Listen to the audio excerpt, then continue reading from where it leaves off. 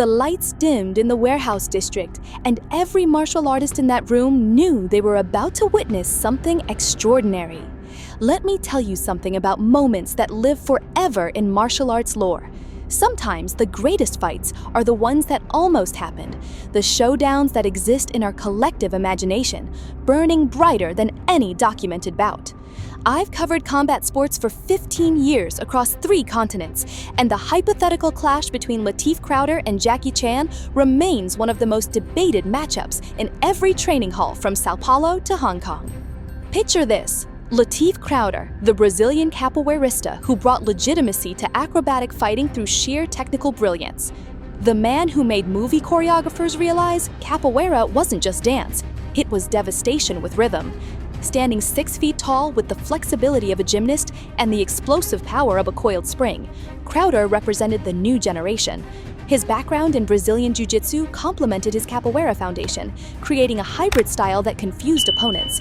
They expect the spinning kicks, the aerial maneuvers, but then he transitioned into groundwork that felt like watching poetry written in joint locks. Crowder's tournament record spoke volumes: multiple capoeira championships across Brazil, stunt work that demanded full contact capability, and a reputation for never pulling his techniques even when the cameras rolled. His weakness? Sometimes the showmanship overcame the strategy. That split second when he'd commit to a spectacular move left windows of vulnerability that a seasoned fighter could exploit. Then there was Jackie Chan, the living legend who needed no introduction but deserved every accolade. By the time this hypothetical confrontation entered public consciousness, Chan had spent 5 decades perfecting his craft. His style defied simple categorization. Hapkido's joint manipulations blended with Kung Fu's striking precision, wrapped in the improvisational genius that made him cinema's greatest action choreographer. At 5'9", he gave away height to Crowder, but Chan's conditioning bordered on superhuman even in his later years. Chan's tournament background from his youth revealed a fighter who competed in Hong Kong's brutal stunt performer circuits, where reputation meant everything, and every technique landed with intention.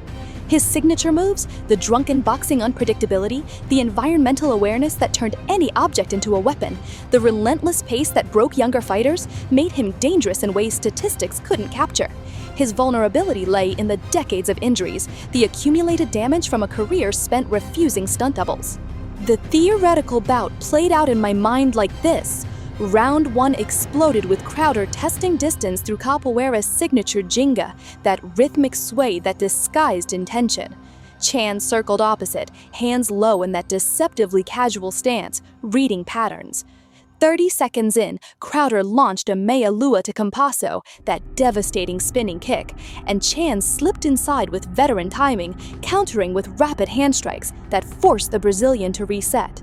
Round 2 shifted momentum as Crowder found his range, mixing low sweeps with high aerial attacks that kept Chan defensive. A perfectly executed martello rotado connected with Chan's shoulder, and you could see the calculation behind Jackie's eyes recalibrating.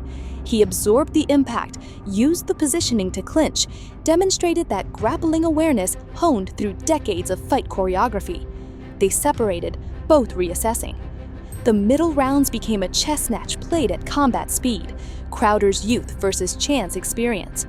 Every time the capoeirista committed to those spectacular techniques, Chan's positioning improved, but every time Jackie tried to close distance, Latif's ground game threatened submissions. Round 4 saw Crowder nearly lock a triangle choke after a scramble, but Chan's hapkido background saved him, his escape technique textbook perfect. Then came the turning point in round 5, the moment that separated imagination from reality. Crowder launched into an al batido, that signature capoeira cartwheel kick, fully committed to the aerial assault. Chan didn't retreat. He stepped forward, reading the trajectory from years of studying every martial arts style on earth, and delivered a perfectly timed counterstrike as Latif landed. The impact echoed through the hypothetical venue. But here's where the story diverges from expectation. Crowder didn't crumble. The Brazilian's conditioning, his years of absorbing impacts through capoeira's training, allowed him to roll with the strike, convert the momentum into a defensive sweep that took both fighters to the ground. What followed was pure technical warfare. Submission attempts met with veteran escapes, ground strikes answered with positional reversals. The crowd sensed the shift in round 6. Crowder came out aggressive, understanding that trading technique for technique with Chan meant losing on points.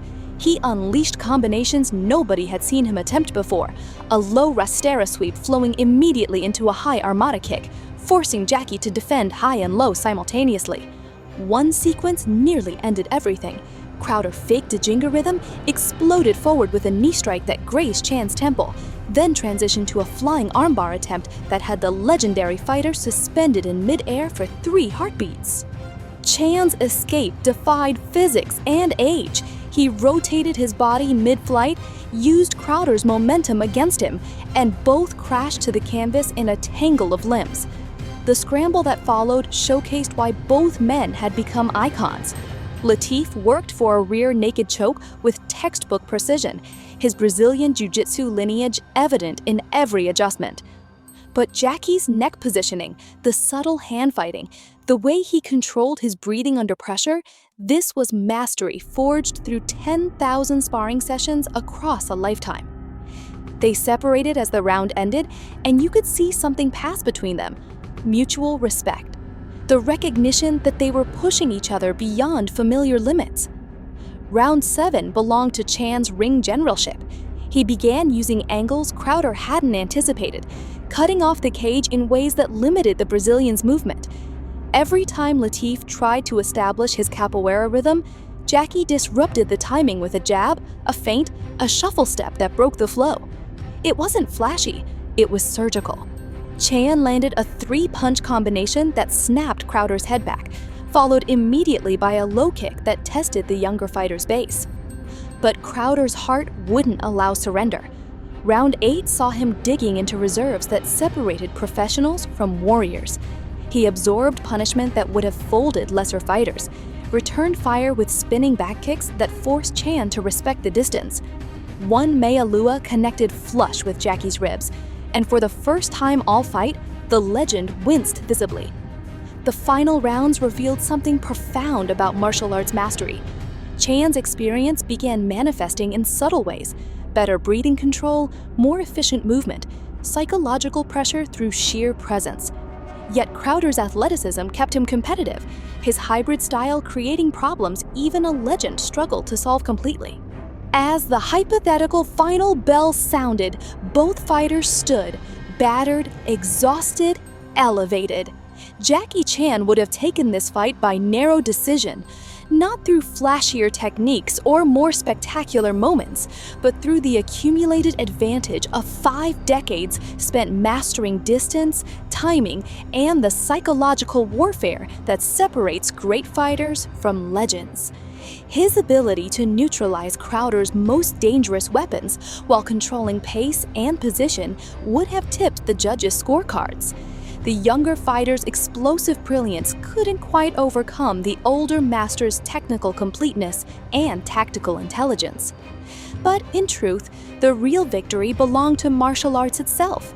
The conversation this imagined clash sparked about styles, generations, and what mastery truly means. Both fighters, in their own domains, rewrote what we thought possible.